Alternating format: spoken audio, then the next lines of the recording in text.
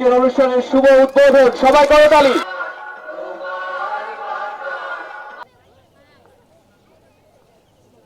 মোল্লা Mohammad Ruhul Amin sir. বার্ষিক ক্রীড়া প্রতিযোগিতা এরকম আয়োজন আসলে সবারই ভালো লাগার কথা, আমারও খুব ভালো লাগছে। আর এতে বাচ্চাদের বর্তমান যে অবস্থা, কোনো মাঠ নেই, তাতে বার্ষিক ক্রীড়া প্রতিযোগিতা হওয়ার কারণে বাচ্চাদের তো অবশ্যই মানসিকভাবে বিকশিত হচ্ছে, আমাদেরও খুব ভালো লাগতেছে। আমার বাচ্চা এখানে প্লেস নিতে পড়ে, ও লাস্ট বছর ভর্তি করেছি ওকে। এখানে এসে আমি যেটা দেখছি যে এখানে যে বাচ্চাদের খেলার পরিবেশ, আসলে এখনকার বাচ্চারা তো মোবাইলে আসক্ত হয়ে গেছে। আমরা ডিজিটাল যুগে বাচ্চাদেরকে মোবাইল দিয়েই বসিয়ে রাখি, ওরাও বাইরের খেলাধুলার সাথে অতটা পরিচিত হতে পারে না। কিন্তু স্কুলের এই আয়োজনের মাধ্যমে আমরা দেখতে পাচ্ছি ওরা বিভিন্ন খেলার সাথে পরিচিত হচ্ছে, বাচ্চারা একজন আরেকজনের সাথে কীভাবে মিলেমিশে খেলা করতে হয় সেগুলো শিখছে।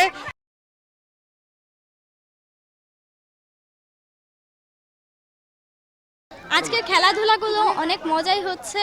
আমাদের আজকে রেসিডেন্সিয়াল মডেল স্কুল থেকে খেলানো হচ্ছে। পড়াশোনার ভিতরে এভাবে খেলালে অনেক ভালোই লাগে আমাদের। তো সব মিলায় এতদিন পড়াশোনার পরে এখন খেলতে অনেক ভালোই লাগছে আমাদের। নতুন বছরে নতুন খেলা হচ্ছে, এখন আমাদের অনেক ভালো লাগছে। অনেক দিন পড়াশোনা করার পরে এখন আমরা বার্ষিক ক্রীড়া প্রতিযোগিতায় অংশগ্রহণ করে আমরা যে খেলতে পারছি, আমাদের খুব আনন্দ লাগছে। আজকে আমার খুবই ভালো লাগছে এখানে এসে।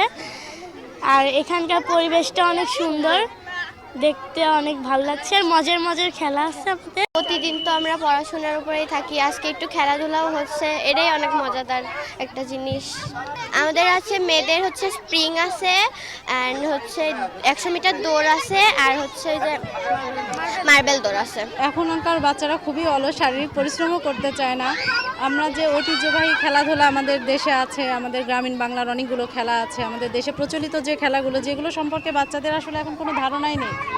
যার কারণে আমাদের এই প্রচেষ্টা যেন আমরা আমাদের ঐতিহ্যবাহী খেলাগুলো তাদের সামনে উপস্থাপন করতে পারি, তারা জানতে পারে খেলা সম্পর্কে, খেলাগুলো করতে পারে, শারীরিক পরিশ্রম করে নিজেদেরকে সুস্থ এবং সুন্দরভাবে বেড়ে ওঠার জন্য। আসলে খেলার কোনো খেলার গুরুত্বটা এতই বেশি, যেটা আমরা ধীরে ধীরে ভুলতেই বসেছি, সেটাকে নতুনভাবে ফিরে আনার প্রচেষ্টায় আমি এই আয়োজনটা করেছি।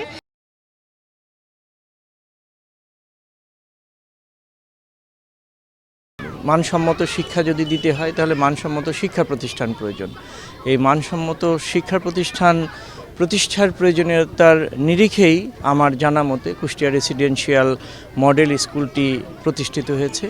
এই প্রতিষ্ঠানের মাধ্যমে যে কোমলমতি শিক্ষার্থীরা লেখাপড়া শিখে যারা বের হবে এখান থেকে, তারা আগামী দিনে দেশ এবং জাতির নেতৃত্ব দেবে। দেশ এবং জাতিকে যদি নেতৃত্ব দিতে হয় তাহলে সুস্থ দেহে সুস্থ মনে একজন শিক্ষার্থীকে বেড়ে উঠতে হয়। আর এই সুস্থ দেহে সুস্থ মনে যদি বেড়ে উঠতে হয় তাহলে তাকে লেখাপড়ার পাশাপাশি খেলাধুলায়ও পারদর্শী হতে হয়। আমাদের অতিরিক্ত জেলা প্রশাসক মহোদয় বলেছেন, লেখাপড়ার পাশাপাশি খেলাধুলা শুধু বছরে একটি দিন নয়, এটা বছরে 364টি দিনেই লেখাপড়ার পাশাপাশি খেলাধুলা করতে হবে। কারণ খেলাধুলা করলেই তার শরীরটি সুস্থ থাকে। যদি একজন শিক্ষার্থী লেখাপড়া এবং খেলাধুলার মধ্যে যদি নিজেকে নিয়োজিত করতে পারে, তাহলে সমাজের যে অন্য যে অনাচারগুলি আছে সেই জায়গা থেকে একজন শিক্ষার্থী কিন্তু বের হয়ে আসতে পারবে। আর একজন শিক্ষার্থী যদি লেখাপড়া এবং খেলাধুলার মধ্যে থাকে, তাহলে অভিভাবকেরাও কিন্তু তার সন্তানকে নিয়ে নিশ্চিন্ত থাকতে পারবে যে আমার সন্তান ভালো জায়গায় ভালো পরিবেশে বেড়ে উঠছে, তারা লেখাপড়া এবং খেলাধুলার মধ্যে আছে। যদি লেখাপড়ার পাশাপাশি খেলাধুলাটি চালু না রাখা যায়, শরীরটাকে যদি গঠন করা না যায়, তাহলে দেশটাকেও গঠন করা যাবে না।